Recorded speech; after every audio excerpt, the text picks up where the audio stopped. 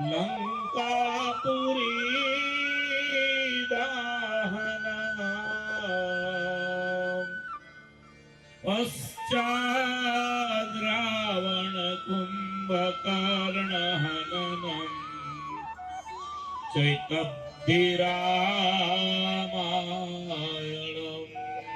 चैतब्धिरामायणम्। बोलिए श्री रामचंद्र भगवान की। इष्टदेव परब्रह्म परमात्मा भगवान श्री राम जी की कृपा से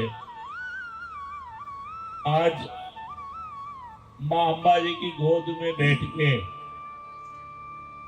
परमात्मा के लीला चरित्रों का गान हमारे बीच भागवत भूषण विद्वत वर्य शास्त्री जी के माध्यम से हम लीला सुन रहे हैं। वापी बहुत भाग्यशाली स्थिति है। ये पवित्र भूमि पे सैकड़ों की संख्या में कथा यहाँ हुई है। रामायण हो, शिव पुराण हो, भागवत जी की कथाएं हो, और कथा के साथ साथ जो निमित्त होता है तो बहुत श्रेष्ठ है। मैं धन्यवाद देता हूं गौ सेवार्थ चैरिटेबल ट्रस्ट के सभी कार्यकर्ताओं कि गौ माता की सेवा इस पृथ्वी के ऊपर सबसे बड़ी कोई सेवा मानी जाती हो, गौ माता की सेवा। इससे बड़ी कोई सेवा है ही नहीं। अगर परमात्मा को पाना है, परमात्मा के धाम में इस जीवात्मा को जाना है, तो माता जी के पूछ पकड़ के ही आप जा सकते हैं। कहा है कि वैतरणी को तरना है तो वहां गौ माता जी की आवश्यकता पड़ेगी। आज हम बहुत कम भागी है भारतवासी, इस पवित्र भूमि पे, इस ऋषि मुनियों और देवताओं की भूमि में हजारों की संख्या में गौ माताओं का कत्ल हो रहा है, और फिर भी सनातन संस्कृति के लोग बहुत कम संख्या में जाग रहे हैं। जो जाग गए हैं उसके ऊपर तो भगवान की कृपा है ही है। इस गौ कथा में जो यजमान बने होंगे, जो इस पवित्र कलश को अपने सर पे धारण किए हुए होंगे माताओं ने, कन्याओं ने, वो तो जाग गए, वो भाग्यशाली बन गए। लेकिन गौ सेवा चैरिटेबल ट्रस्ट के माध्यम से एक एक व्यक्ति के हृदय तक पहुंचना है, तो इसी कथाओं का आयोजन करना पड़ेगा, और वो भी इसी पवित्र भूमि में। भगवान श्री रामचंद्र जी का जन्म के बीच में भी माता का आशीर्वाद है। महाराजा दिलीप को संतान नहीं था, गुरुजी ने आज्ञा दी कि गौ माता कामधेनु की बछड़ी नंदिनी है, उनकी सेवा करो। दिलीप महाराजा ने अपनी महारानियों के साथ माता जी की ऐसी सेवा की, उस सेवा के माध्यम से, माता जी के आशीर्वाद से, गौ माता के आशीर्वाद से ही दिलीप के कुल में पुत्र जन्म हुआ, और उसी परंपरा में भगवान श्री रामचंद्र जी आए। ये है गौ माता। आज के वैज्ञानिक युग में हम लोग मानना बहुत कम चाहते हैं। हमारे मगज केमिकल युक्त हो गए हैं ना, कि खुराक में केमिकल, श्वास में केमिकल, पानी में केमिकल। आज लोग बहुत पीते हैं भी केमिकल। उसके कारण हमारा मगज संदिग्ध हो चुका है। इसलिए हम दूसरों के ऊपर अपेक्षा रखते हैं कि विश्व की संस्कृति क्या कहती है, वहां का साइंस क्या कहता है, हमारे ऋषि मुनियों ने क्या कहा है, उसके ऊपर हमें विश्वास धीरे धीरे कम हो रहा है। अगर कोई जर्मनी का साइंस बोले कि गौ माता में ये ताकत है, तो हम तालियां बजा के तुरंत लाइन में खड़े हो जाएंगे। अगर नासा अमेरिका की बोलेगी कि पंचगव्य में ये ताकत है तो हम ताली बजा के खड़े हो जाएंगे। लेकिन हमारे ऋषि मुनियों ने जो साधना की है, हमारे ऋषि मुनियों ने जो तपस्या की है, और हमारे ऋषि मुनियों ने अपने सुखों के लिए, अपने यानी अपनी प्रजा के सुखों के लिए, पीढ़ियों के सुखों के लिए कई प्रकार के शास्त्र हमें प्रदान किए।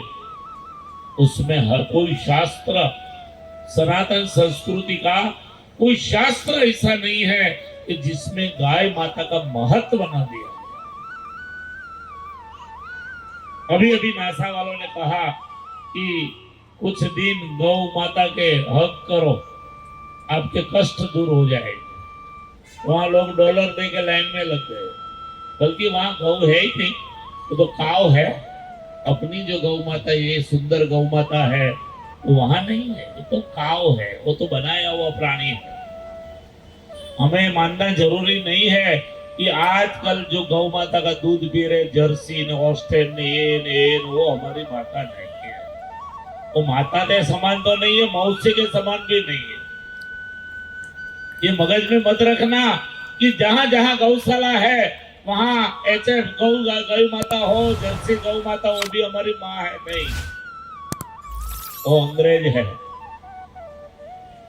हमारी गौ माता का शुद्ध, जो भगवान कृष्ण ने गौ माता का जो वर्णन किया है, हमारे सतशास्त्र में जो गौ माता का वर्णन किया है, वो गौ माता के शरीर में प्रैक्टिकल ताकत है, आज भी प्रैक्टिकल ताकत।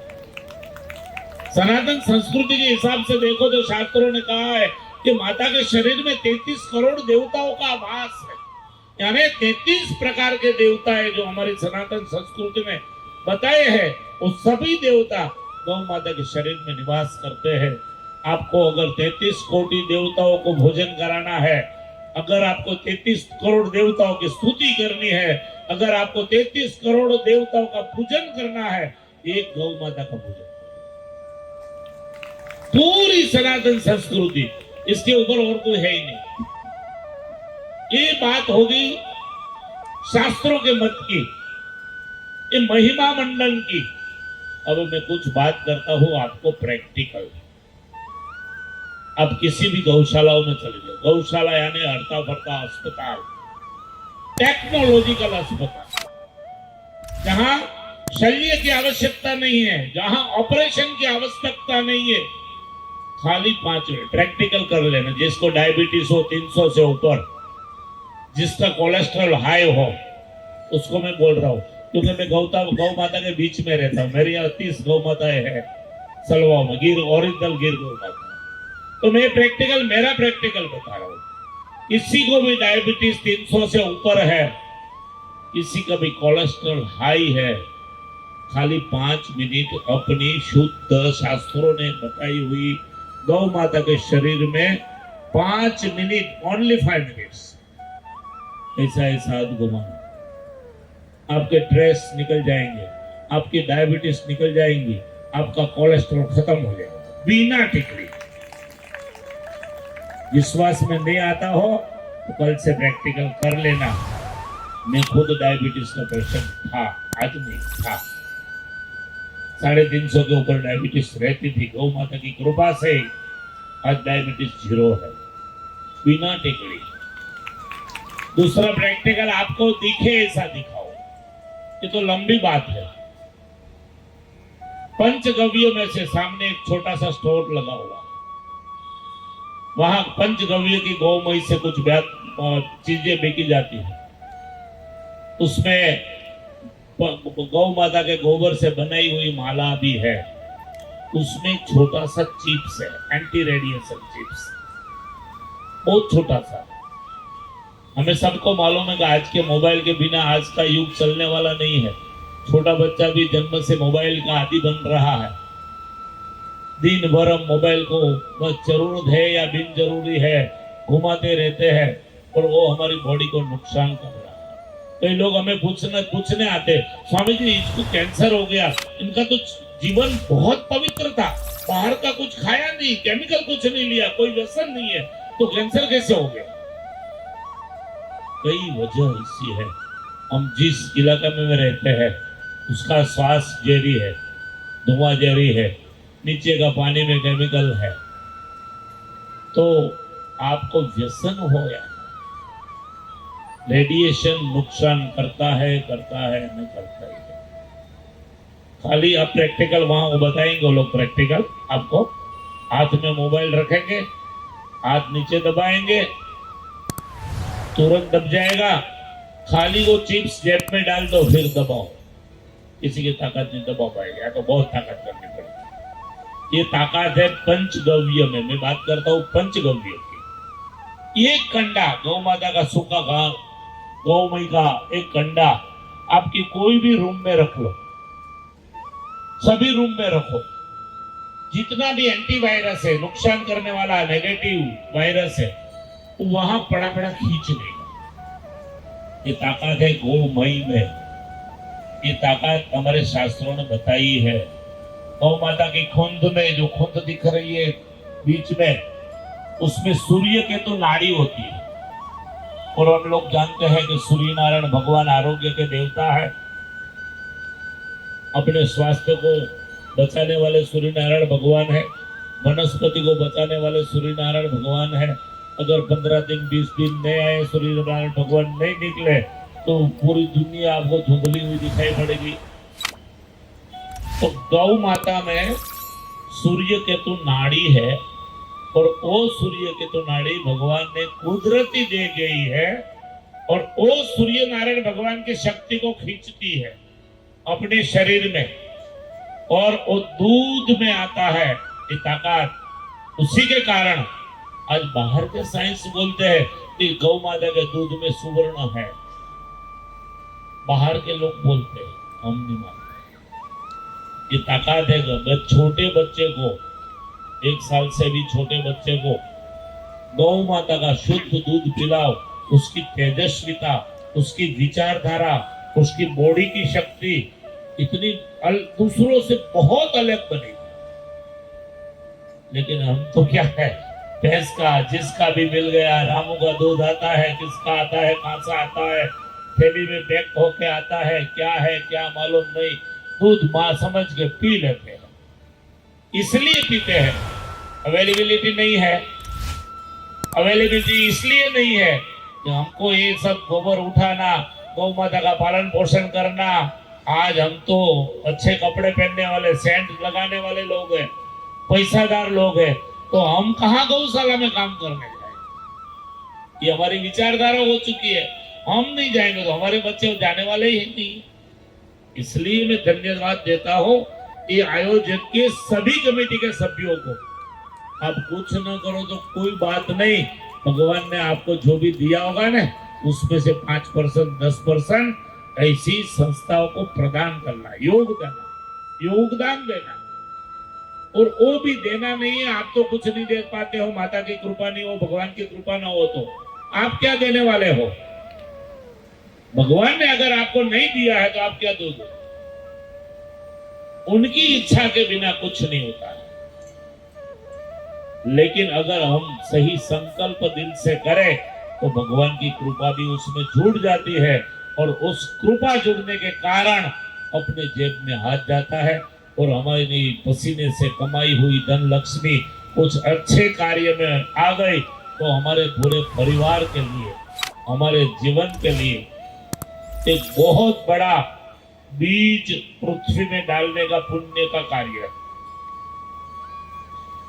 इसलिए भगवान ने जिसको जिसको सद्बुद्धि दी हो, सद लक्ष्मी दी हो, सद विचार दिया हो, तो ऐसे कार्यों में अपना हाथ बटाना चाहिए कि ये जो गौशाला गौ सेवा चैरिटेबल ट्रस्ट है, उनके कार्यकर्ताओं को ताकत बढ़े, और कई गौ माताओं का पालन पोषण आपके माध्यम से उनके द्वारा होता रहे, जिसके कारण हमारी गौ माता का प्राण बचे, जी बचे, और हम उसके निमित्त बने। हम बचाने वाले भी कुछ नहीं, हम करने वाले भी कुछ नहीं है। अगर ईश्वर की कृपा नहीं होती तो आज आप यहाँ बैठे हो, आपकी ऊपर भगवान की बहुत बड़ी कृपा है, इसलिए आप ये मंडप में आ गए। बाकी यहाँ आ भी नहीं सकते, वापी में इतनी थोड़ी बस्ती है। 1% 0.0001% भी यहाँ लोग नहीं है, उनके सद्भाग्य में लिखा नहीं है। कहां से भूदेव आए हैं? गौ माता की धरती से आए, तो वो वहां से इतना कष्ट करके हमारे सुखों के लिए उनको क्या चाहिए? भगवान ने सब कुछ दिया, इतनी अच्छी वाणी दी है, भगवान का गुणगान करने का भाग्य सद्भाग्य दिया है, उससे बड़ा क्या चाहिए? फिर भी समाज को जागरूक करने के लिए लगे हुए हैं, सतत लगे हुए, और इसलिए कहा गया है ब्राह्मण है ना वो पृथ्वी ऊपर का देव है, भूदेव है। तो मैं भगवान के चरणों में यही प्रार्थना करता हूं, आप सबको परमात्मा सर्व प्रकार से सुखी रखे। आपके परिवार में आने वाले सभी बच्चे सनातन संस्कृति के साथ जुड़े रहे। यहाँ माताओं की संख्या बहुत ज्यादा है, सभी माताओं को मेरा नम्र निवेदन है, वंदन के साथ निवेदन है कि बच्चों को इसी प्रकार का संस्कार देना, और जिस स्कूल में बच्चों को संस्कार मिलता हो उसी स्कूल में, स्कूल छोटी बड़ी कभी नहीं होती है, लेकिन जहाँ सनातन संस्कृति का संस्कार मिलता हो वही बच्चों को रोज अपने माता पिता को पैर पड़े, अपने घर में रही हुई भगवान की प्रतिमा उनको पैर पड़े। ये संस्कार माता ही दे सकती है और ये कर्तव्य माताओं का है।